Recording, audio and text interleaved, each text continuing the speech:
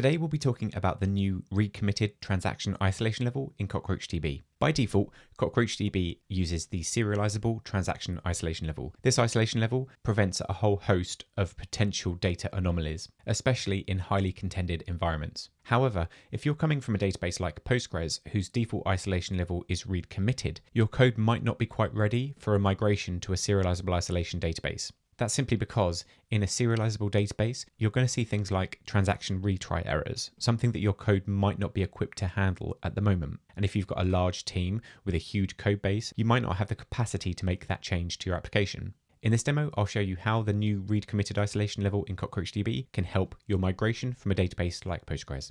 I'll be running two separate code bases in this example. One assumes no knowledge of serializable isolation, and the other one does. So let's go through them very quickly. I'm maintaining a sliding window of read and write latencies from which I can derive an average latency over the course of each run. I'll specify a number of accounts to simulate. The lower the number, the greater the chance that I'll run into contention events. A concurrency flag, this time the higher the number, the greater the chances of a contention event. I'll seed the database with the number of accounts provided. And then I'll kick off two threads, one for readers and one for writers. And then I'll simply print out the latencies that each encounters. For each of the writers, I'll kick off another thread and I'll wait for it to finish, in which I'll select two random accounts, generate a random amount, and then transfer that amount from the first random account to the second and add the time it took to perform that operation. The transfer function itself simply begins a transaction, waits for it to finish, commits it if successful, or rolls it back if not. I've created a function which you'll see in a minute called transfer, into which I pass the ID of the from account, the ID of the to account, and the amount being transferred. For each of the readers, I kick off another thread, but this time I'm simply selecting the balance from a given account based on a randomly selected ID. After every second, I'll print the average read and write latencies. Let's begin. I'll start up Postgres to start off with. This will simulate the database we're using before the migration.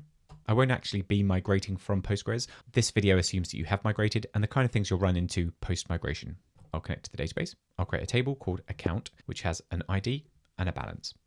I'll then create a procedure called transfer, which takes the from and to IDs along with a decimal amount to transfer. I'll make sure that the from account has sufficient funds to make the transfer. If it doesn't, I'll fail. And then I'll update the balance of the to account and from account to simulate that transfer. Finally, I'll create an app service user with a password and grant it privileges on the account table.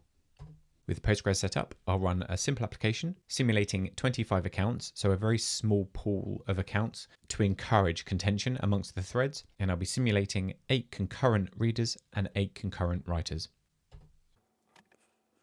And what we're seeing is we've settled at around 2 milliseconds of read latency and around 6 milliseconds of write latency. Postgres isn't immune to this high contention environment. The way it surfaces issues in a highly contentious environment is through deadlocks, and that's exactly what we've seen. Two threads vying for exactly the same data have tried to update it, and they've encountered a deadlock. I'll switch over to CockroachDB this time. I'll start a single node, and with it up and running, I'll enable enterprise features to allow for pgSQL within CockroachDB and connect to the shell. I'll create exactly the same table, store procedure, user, and permissions as we had with Postgres. And I'll run the same workload, 25 accounts, 8 concurrent readers and 8 concurrent writers. And we're seeing latencies of around 1 millisecond for reads and 12 milliseconds for writes. With the default transaction level, we're going to start to see transaction retry errors. I'll wait for one of those to occur and then I'll talk you through it. I might have to force the issue. And there we go, we've just received a transaction retry error, which is expected in a serializable isolation database. It's CockroachDB saying you're trying to update the same thing from 2 different places at exactly the same time, and I can't allow that.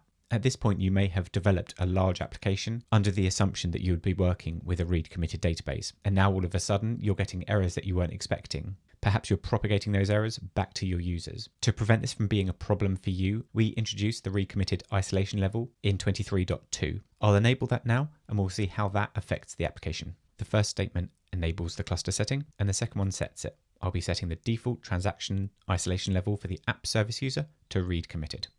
If I restart the application now, We're seeing reads of around 1 millisecond, maybe averaging slightly lower than when we were running in serializable isolation, and that's simply because CockroachDB is doing less locking on our behalf under the covers. This does bring the locking responsibility to us, so think of things like select for update or select for share as mechanisms to ensure that data is locked and data anomalies don't occur. It's worth pointing out at this point that although the transaction retries that we have seen have gone away, we haven't got rid of all of the transaction retry errors that we might see. For example, CockroachDB splits its data into chunks called ranges, and each range is managed by a leaseholder. The leaseholder manages reads and writes to that range, which is what allows CockroachDB to horizontally scale. And CockroachDB is constantly moving those leaseholders around to ensure optimal performance for all users of the database. If one of those leaseholders is to move at exactly the same time that that leaseholder's range is being queried, a transaction retry is inevitable. Another way you might want to handle this is by keeping the isolation level set to serializable, but updating your application to handle those retries for you. This time I'm running an application that has been designed for a serializable database. There are very few changes in there, which I'll show you now. The only change that we're going to see in this code base is right here. We're using a wrapper. Wrappers are available in various languages. I'm using Go, and this is the wrapper that I have. And all we're doing is running the same transfer, and the CRDB PGX library will automate the retry logic for us. I'm using that for the writes, and I'm also using that for the reads. The transaction retry can happen in either case. So I'll run that and we'll see how that behaves. Immediately, we can see latency has gone up ever so slightly, and that's because CockroachDB is aggressively locking our transactions for us, preventing any kind of anomalies from occurring. This guarantees consistency in CockroachDB. Now, this workload is synthetically constricted to ensure that we get high contention. What I'll do now is simulate something a little bit more realistic and have something like 1,000 accounts with the same number of concurrent users. We're less likely to see contention simply because the pool of accounts is higher.